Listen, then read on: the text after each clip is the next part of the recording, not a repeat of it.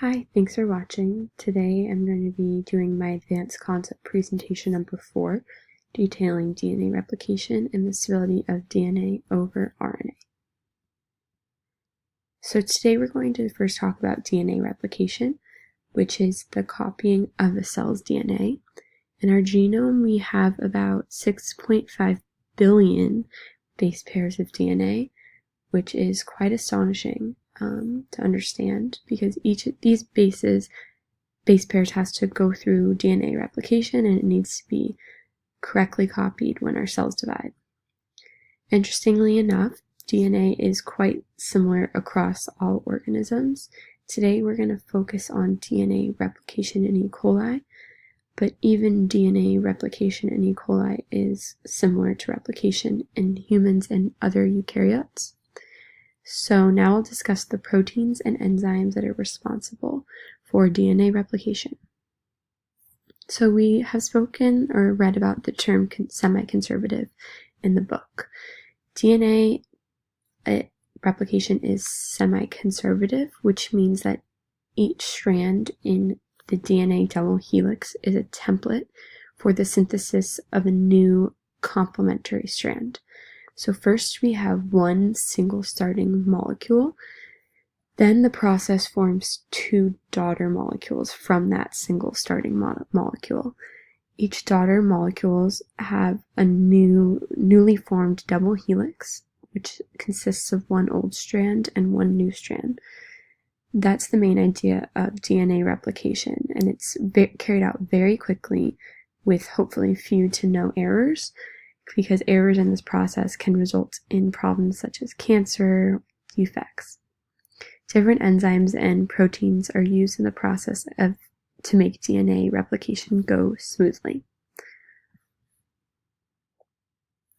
One of the enzymes is called DNA polymerase. So DNA polymerase is the enzyme responsible for DNA synthesis. Its job is to add nucleotides onto the growing DNA chain, nucleotides that are complementary to the template. So let's review DNA polymerase a bit. DNA polymerase cannot function without a template, and it adds nucleotides to only the 3' end of a DNA strand. Primers, or RNA primers in this case, are needed for DNA synthesis, and RNA primers are pre-existing chains of nucleotides. Primers are made with the enzyme primase. So DNA replication always starts at the origin of replication. These origins are recognized by their sequence of nucleotides.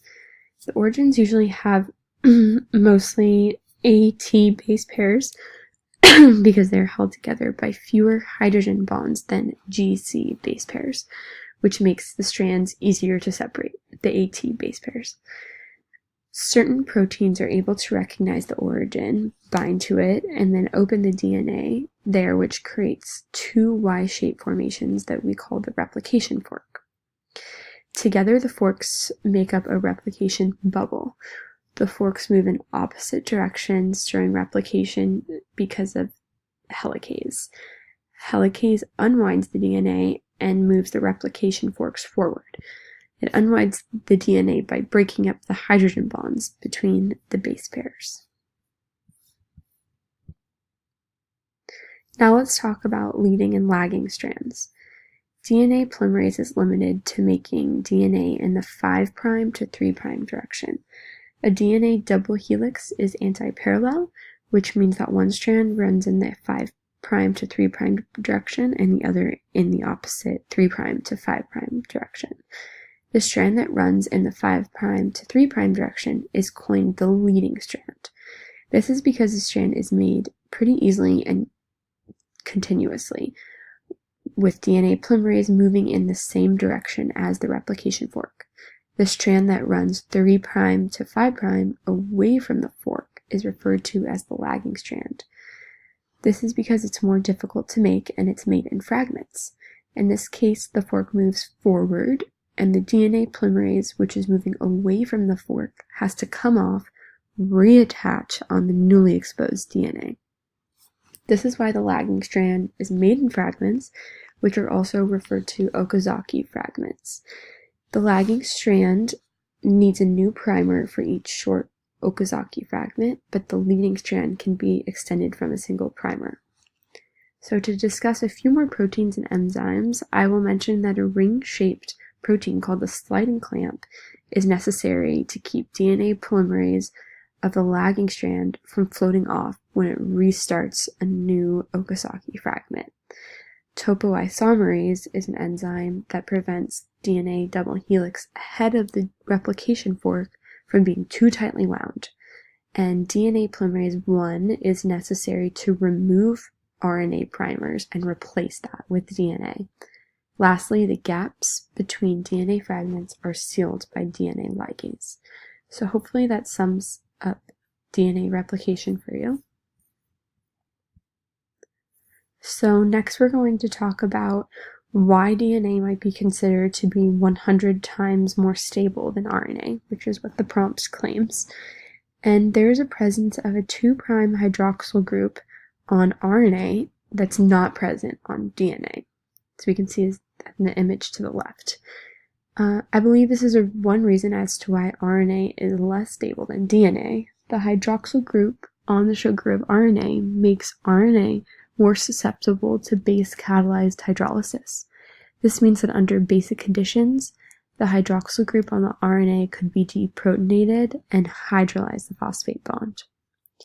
Another reason for DNA being more stable than RNA is that RNA is single-stranded while DNA is double-stranded.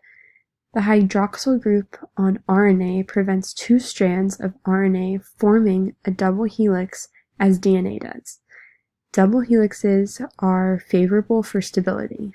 In a double helix, strands are less accessible when it comes to hydrolysis because they protect each other.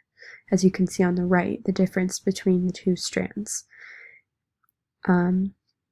Also, with a double helix, strands can still be cut or damaged, but they are holding on to a complementary strand, so the damaged strand has a chance to reform. In the case of RNA, damaged single strands can drift off and the polymer cannot reform these phosphodiester bonds because there's no complementary strand that they're holding on to. So, in summary on this point, RNA is less stable than DNA because of the presence of the 2' hydroxyl group on the RNA and RNA's lack of a double helix. I hope you all enjoyed. Thank you for listening.